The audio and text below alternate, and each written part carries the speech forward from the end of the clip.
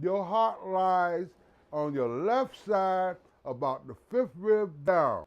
All you have to do is take your hand, rest it in the middle of the chest, and pump. 1, 2, 30 compressions.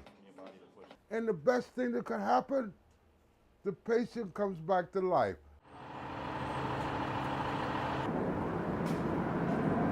My name is James Rocky Robinson. I'm a retired captain from FDNY, New York City.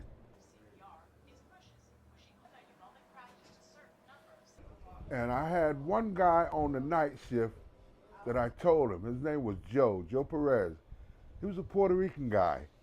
And I said, Joe, I'm gonna start a volunteer ambulance corps in Bedford-Stuyvesant. Joe looked at me like I had two heads, but he said, you know what, Rocky? If you're gonna do that, I'm going with you.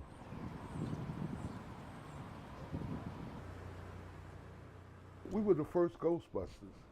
We put oxygen tanks on our back, trauma kits in our hand, scanners on our head, and anything that came in within a 10-block radius, me and this guy would run. And they were like, those guys are crazy. That big old nigger and that poor Puerto Rican, that spick, they are making a disgrace of the service. Everybody was laughing.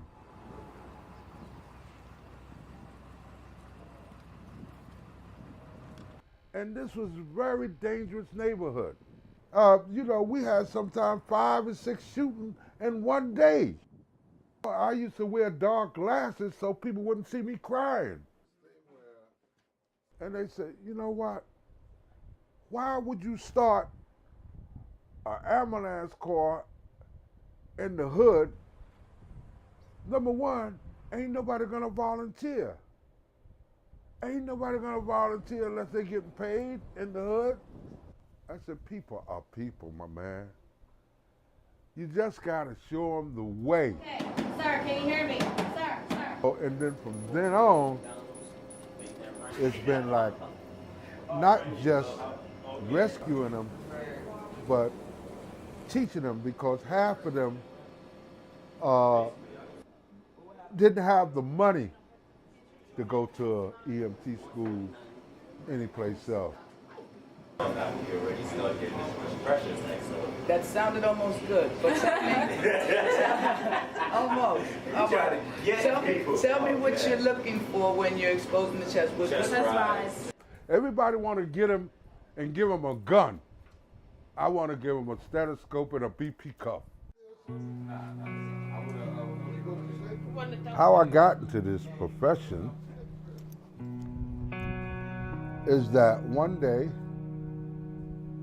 I got out of the subway and I'm walking down the block on where I lived, and in front of my house was a large crowd of people. And as they saw me, they started saying, hurry up, your niece has gotten struck by a car. And I ran, and they made a way for me, and my niece was laying on the ground. She wasn't moving, she wasn't breathing, and I put her in my arms, which was the wrong thing to do at that time, I didn't know. And I started hollering, somebody call an ambulance. That's beautiful, guys. They like that all over the world. That's what we do. Yeah. Every time I see one of my former students riding down the street in the fire department ambulance making $32,000 to $40,000 a year, before they wasn't making ungats, nothing. And now they're feeling good about themselves. They can support their family. That's how you stop the violence. They wouldn't dare think about violence now, because they have a good paying job. And that is my overall goal, to do this all over the world.